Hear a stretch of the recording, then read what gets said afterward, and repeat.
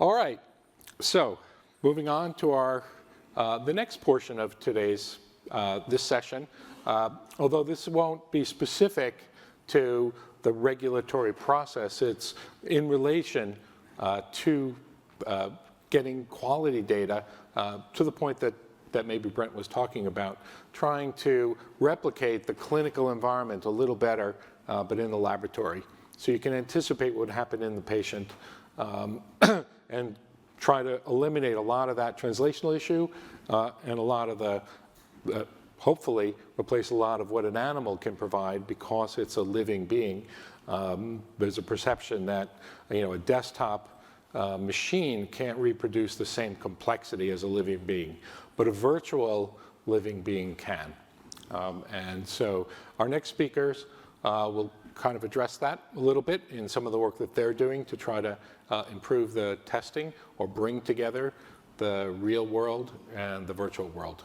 So with that, I'd like to invite up to the stage Paul Briant and Steve Kreuzer. We're going to talk about, well, please. Welcome to the stage. They'll tell you what they're talking about. Great. Thanks.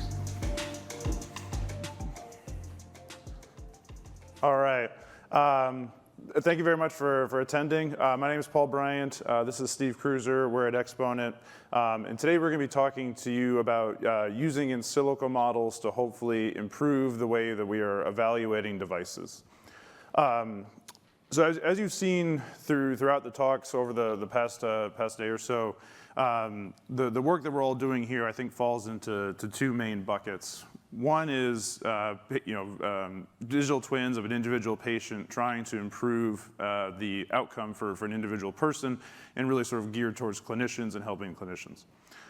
The other is on the medical device side and trying to assist device companies and drug companies in terms of can they evaluate devices better and improve that whole process. And so that's really where this work focuses on, is that second bucket in terms of can we evaluate devices in a better way.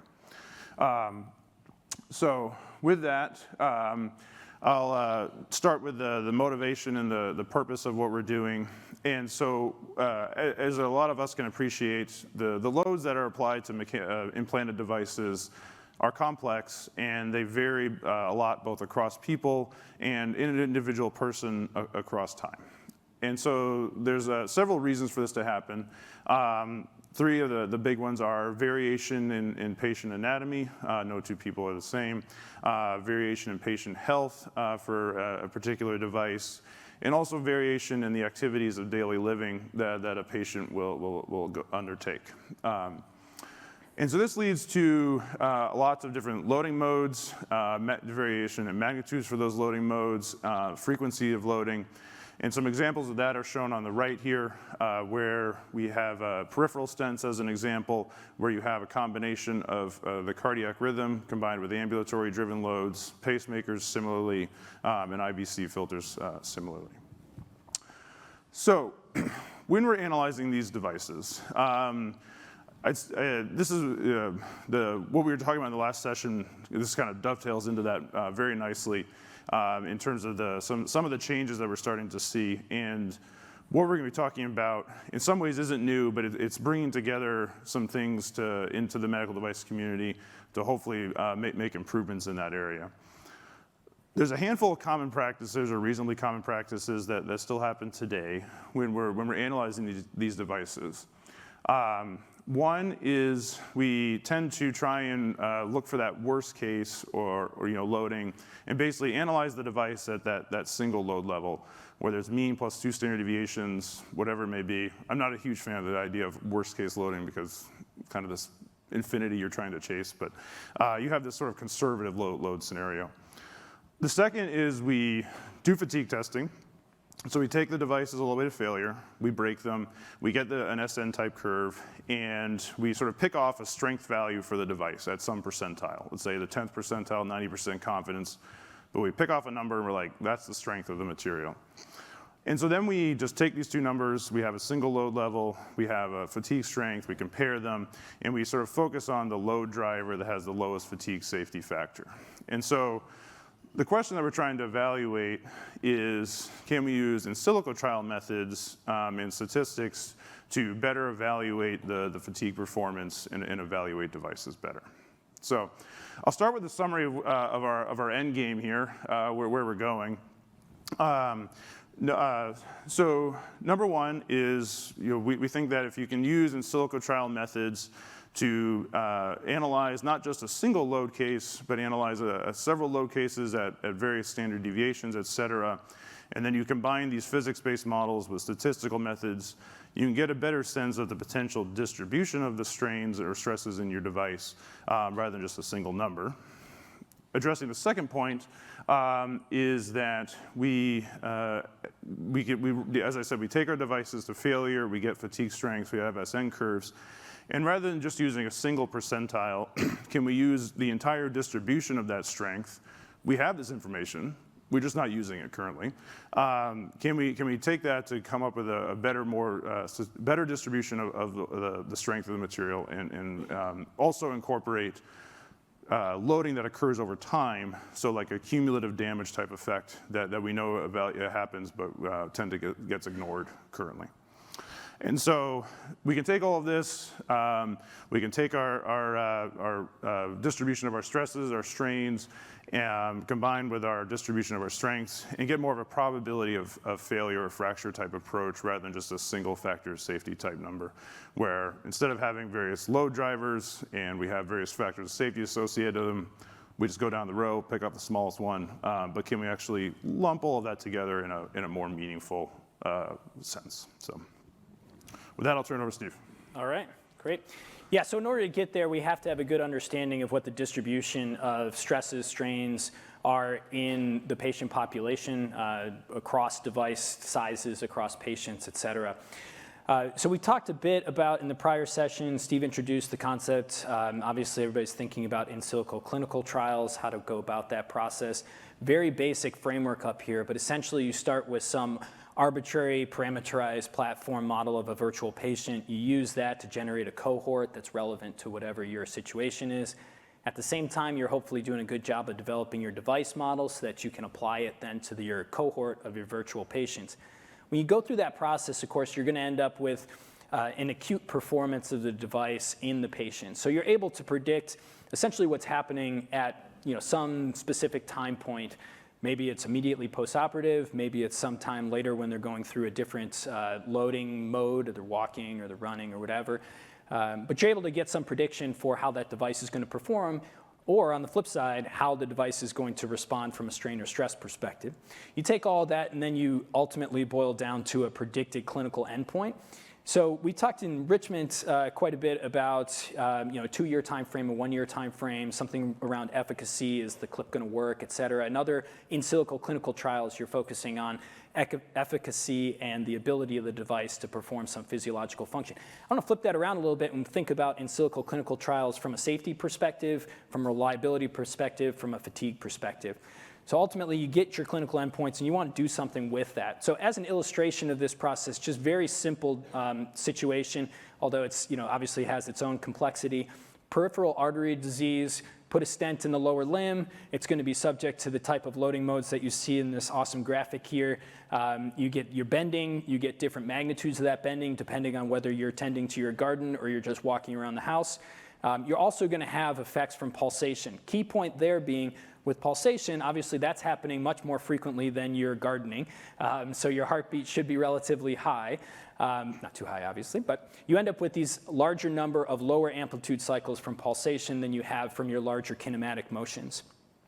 So to account for that, you are going to go and you want to try to understand the magnitude of your loading with respect to the cycle counts. We've got 2 scatter plots up here. One of them on the left, the green one, is with respect to pulsation, where you're looking at the pulsation percentage for an arbitrary population over the number of cycles that you're going to see. On the right-hand side there, you see the distribution of the more bending magnitude loads with respect to walking around doing those physical activities.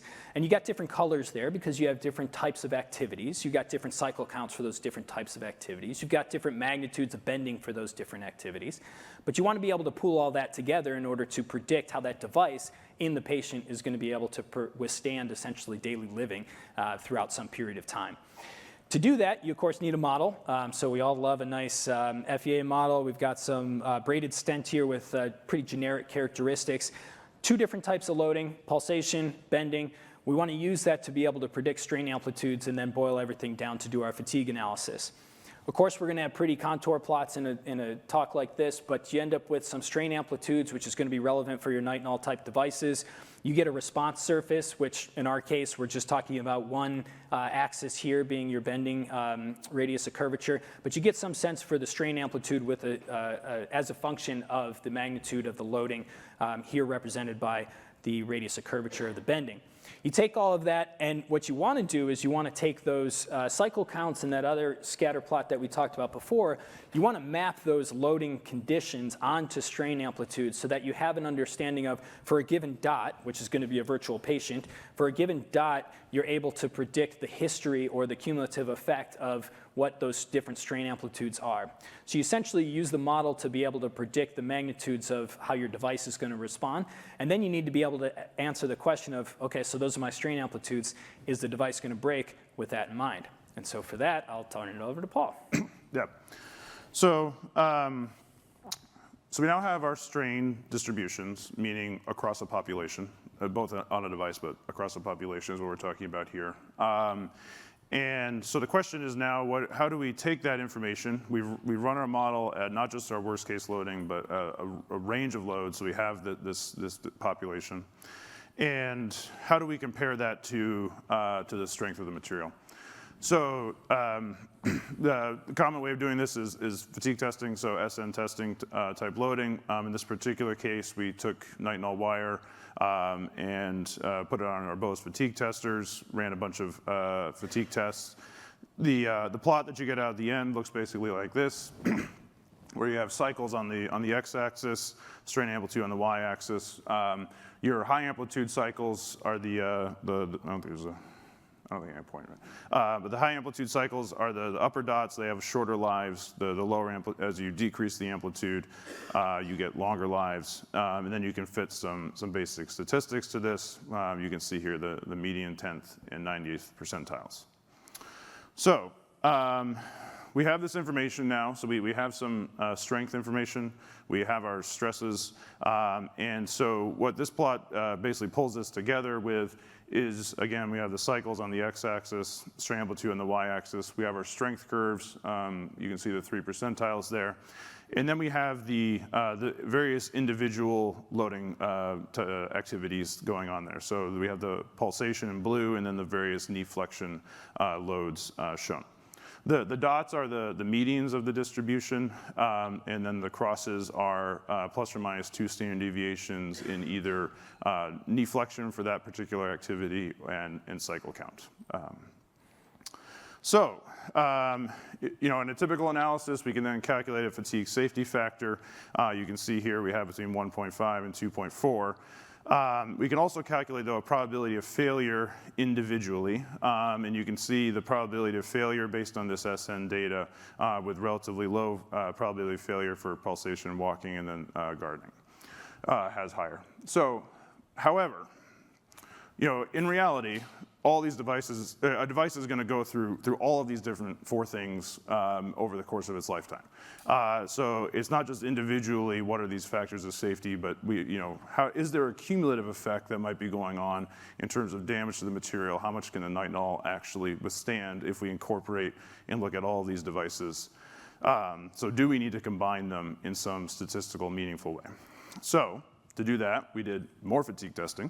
So to analyze that, what we did was we did tests where we alternated between high amplitude cycle conditions and low amplitude. So basically, we had a small number of high amplitude cycles, and then we ran a bunch of low amplitude cycles. And then we did some high amplitude cycles and and then more low amplitude. So the spikes there are when we were cycling at 0.8%, that's for 500 cycles, and then we do 499,500 at low, and then go back up and alternate like this. And so the question is, do the low amplitude cycles affect the overall fatigue performance? And the short answer is they did. So what you can see here is the blue dots are the original SN data if we just have a single amplitude over the course of the entire duration of the test. The red dots are if we incorporated the 0.5% strain amplitude, and you can see it reduced the fatigue life. The green dots are if we incorporate 0.35%. So if you incorporate more at a higher level, then you see a larger reduction in fatigue life. So there is a cumulative damage effect going on. Shouldn't be ignored, i.e., if you have various loading modes, you do want to try to combine them in some way rather than just individually look at them and look at the lowest one. So good news is we can start to, using Kaplan-Meier type approaches, incorporate this statistically, where basically the probability of failure as you go along is just the probability of surviving all the previous cycles, or 1 minus probability of surviving all the previous cycles, and we can see reasonable agreement on these results. And then with all of this together, to kind of pull it all together at the end, as we have our strain distributions, as we saw before, we have our fatigue data, we have a method to incorporate the cumulative effects, and with that we can basically run a big Monte Carlo and get sort of an overall probability of failure of this device across a population, including both the cumulative as well as the variations between people. And so that's what this is showing here for the stent that we were analyzing. And we can then take that and also start to generate, the chance of failure, or predict the number of failures of devices over time, and things like that as you produce more and more of these. So if you make one versus 10,000, how many are likely to break? So in summary, we talked about this before, but using in silico trial methods, we can get a better distribution of our strains. We can then take that with our SN data, look at the cumulative effects, and then hopefully boil this all down to one number. So rather than having a table of multiple fatigue safety factors, we can take everything together, get one number at the end, probability of failure with a distribution that goes with that, and incorporate these different loading modes together. So that is it.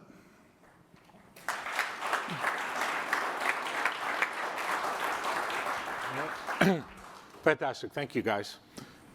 Once again, as I pointed out earlier and came up in the panel, good, solid examples really tell the story in a beautiful way. And this is a great example of talking about how we use the real world to get some validated measurements, but use the power of the virtual world to expand that to a much bigger population than you can actually get, and then play all those what-if games. Of course, my takeaway is the stent will last a lot longer if you just stop that heart from beating. Maybe not the right Don't goal. do any gardening. No, Or don't do any gardening.